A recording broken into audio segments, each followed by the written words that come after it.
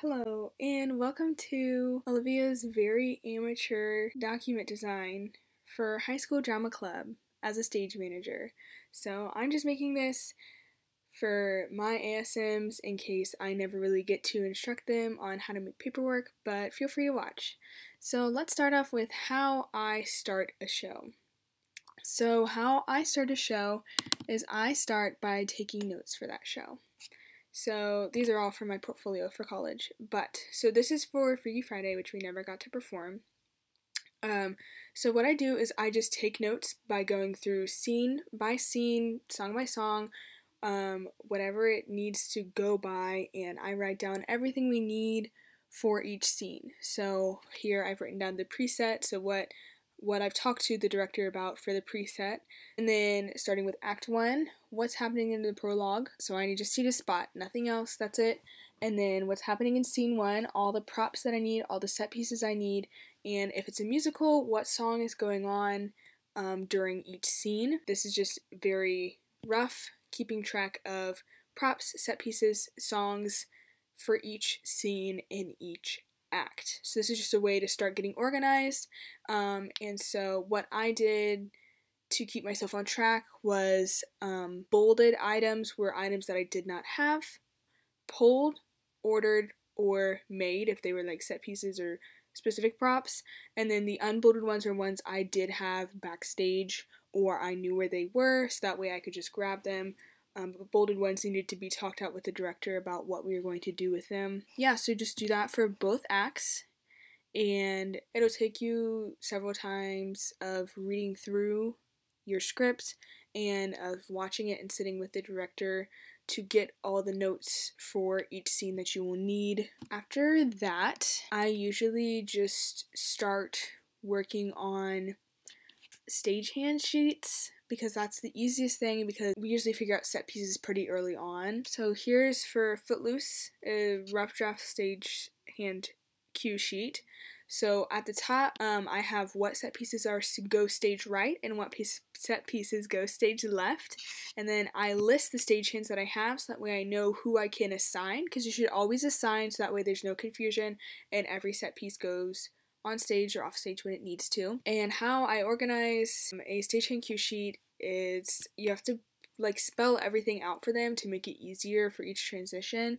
So it'll say Act 1 and then Scene 1. So what we need ready, what happens during the scene, what happens at the blackout, and then in Scene 1, and then Scene 2, nothing happens. Scene 3, nothing happens. And then Scene 4, what you need to move on, what you need to move off.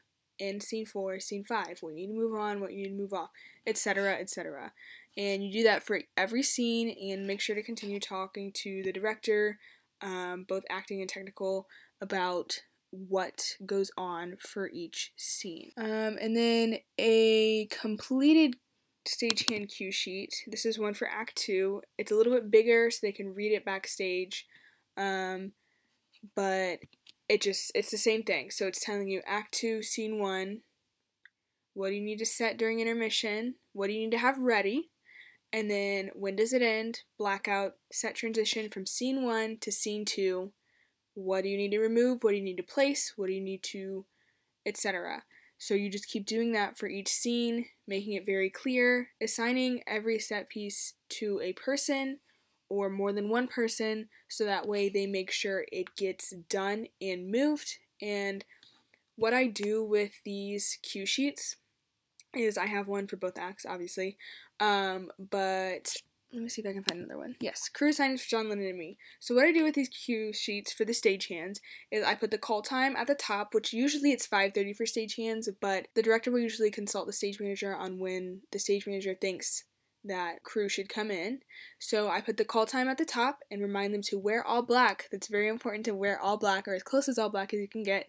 And then I had a props master for this show because I had a lot of extra stagehands. I typed down what stage left props and set pieces are. So I have all of the stage left props and set pieces written down, and then I have all the stage right props and set pieces written down. I had a rigger for the show, which is someone who does the curtains, because again, I had so many stagehands. I had a green room monitor and show monitor to make sure everyone in the green room was quiet, make sure the lights stay off and let people know what scenes are coming up. I had hallway monitors to make sure hallways were quiet when they weren't moving anything else. And I had people assigned to IV duty because we had IVs for the show that needed to be taken care of specifically and needed to be taped onto people. And then I had the preset, so before the house opens what needs to be done, and then it's the same thing. This one didn't really have scene names or scene numbers, it just had locations. But once again, you assign each stagehand to a set piece for each scene transition. What I would do is once getting these finalized after running the show with stagehands a few times, when I'm making sure everything is finalized and everything is right in the formal copy, I would take and print off enough copies so that each stagehand would have one, and I would staple them and then hand them out to each stagehand so that everyone had a copy, and then I would usually write their names on it too, and then I would give that copy to them before dress rehearsal, so maybe a few rehearsals before dress rehearsal when you're starting to have stagehands there all the time and you're pretty sure you have a final copy and you've talked to the director and stuff and things are running smoothly, so print it out before dress rehearsals. So for costumes, usually that just gets thrown into my catch-all. Usually beginning of a show, I'll just have like a catch-all document where I'll throw sort of like this document. This one is more fleshed out because I used it throughout the show. I called it my Bible because that's what I called the show from. I printed this out and called the show from it. It helped me have everything in one place. Usually at the beginning of a show, to form it, I will have one document where I will throw all of the costumes, props, set pieces, and then lights and sound cues. It's just very messy, it just keeps everything in one spot so that way I can have it and talk to the director about things I'm confused about, and then eventually like a sort of Bible forms from that, and then from the Bible I will pull the stagehand cue sheet. So this was my Bible that I called the show from, and it had everything that I needed to call the show.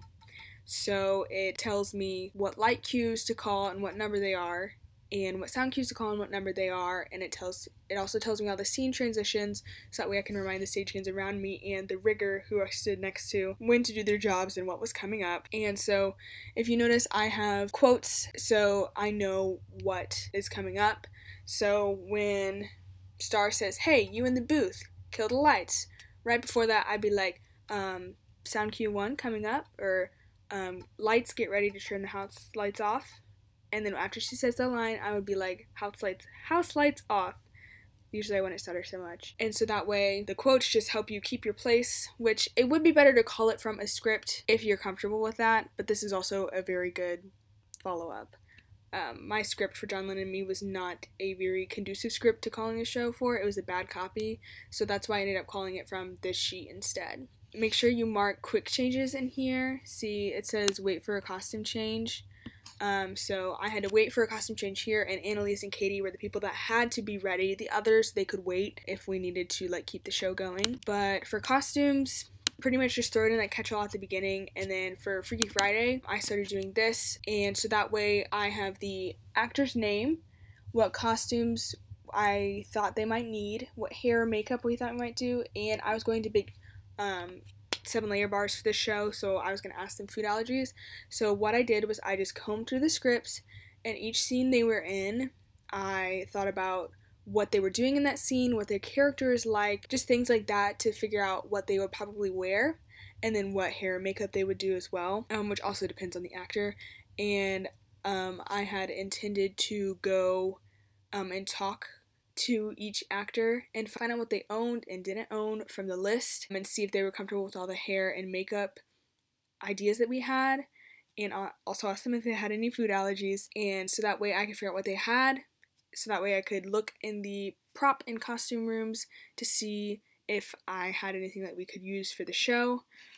But it's kind of like prop works, because you just comb through the script looking for costumes. For props, you just have to read through and look for props. It gets a little tricky sometimes because they won't say a prop, but in the stage directions, they'll say, she uses a bobby pin to pin her hair out of her face. So you need to make sure that actor has a bobby pin, which they won't really need it until you get further in and you're actually running the show more.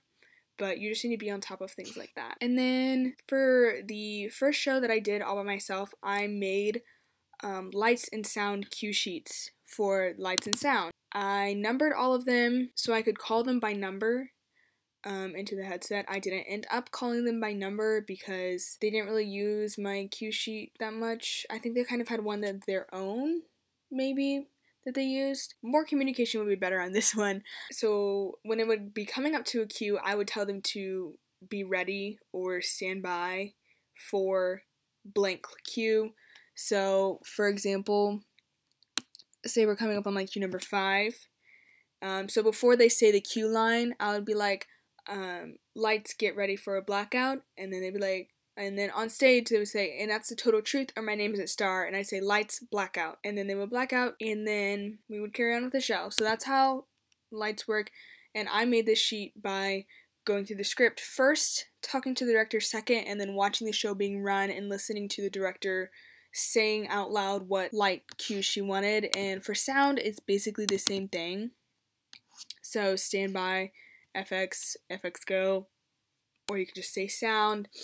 And I usually called these by name as well. So for the Jaws theme, for example, they'd say sometimes, and I'd say first, sound, get ready for Jaws theme, and on stage they would say, I get carried away with my own creative genius. What are you going to do? And I'd say, Jaws theme, go. And they'd play the Jaws theme, and we would carry on with the show. That's really all I can think of in terms of paperwork. There's more paperwork that you could do. For example, I started taking attendance of crew and actors during Freaky Friday, which is something I plan on continuing in the future. But I just took attendance on paper so that way we could look at it quickly and then reach out to people if they missed too many rehearsals to figure out what was going on. You could also make rehearsal reports, which I don't find is necessary for high school theater because there's usually not anyone to report to because the director will be there for every rehearsal. So it is an option, but it's just rehearsal reports. You could put notes in it, notes from the director, yourself, technical director, other actors or technicians, so that way you could keep track of them and make sure they get taken care of. But the important thing is to keep your cool, first of all, under pressure, and always ask for help. If you're ever unsure about a prop or a set piece or a light cue, ask the director. If you don't know where something is, ask someone. If you don't know how to work something, ask someone. Because it's better that you ask someone and learn, or ask someone so you get it right instead of getting it wrong or continuing to not do something that you need to do. Honestly, being a stage manager isn't difficult. It just takes a little bit of practice to know what parts of the job you're good at and what parts of the job you struggle with more. But I'm always here, so reach out to me if you have any questions. Comment them down below or text me if you know me. I hope this helped.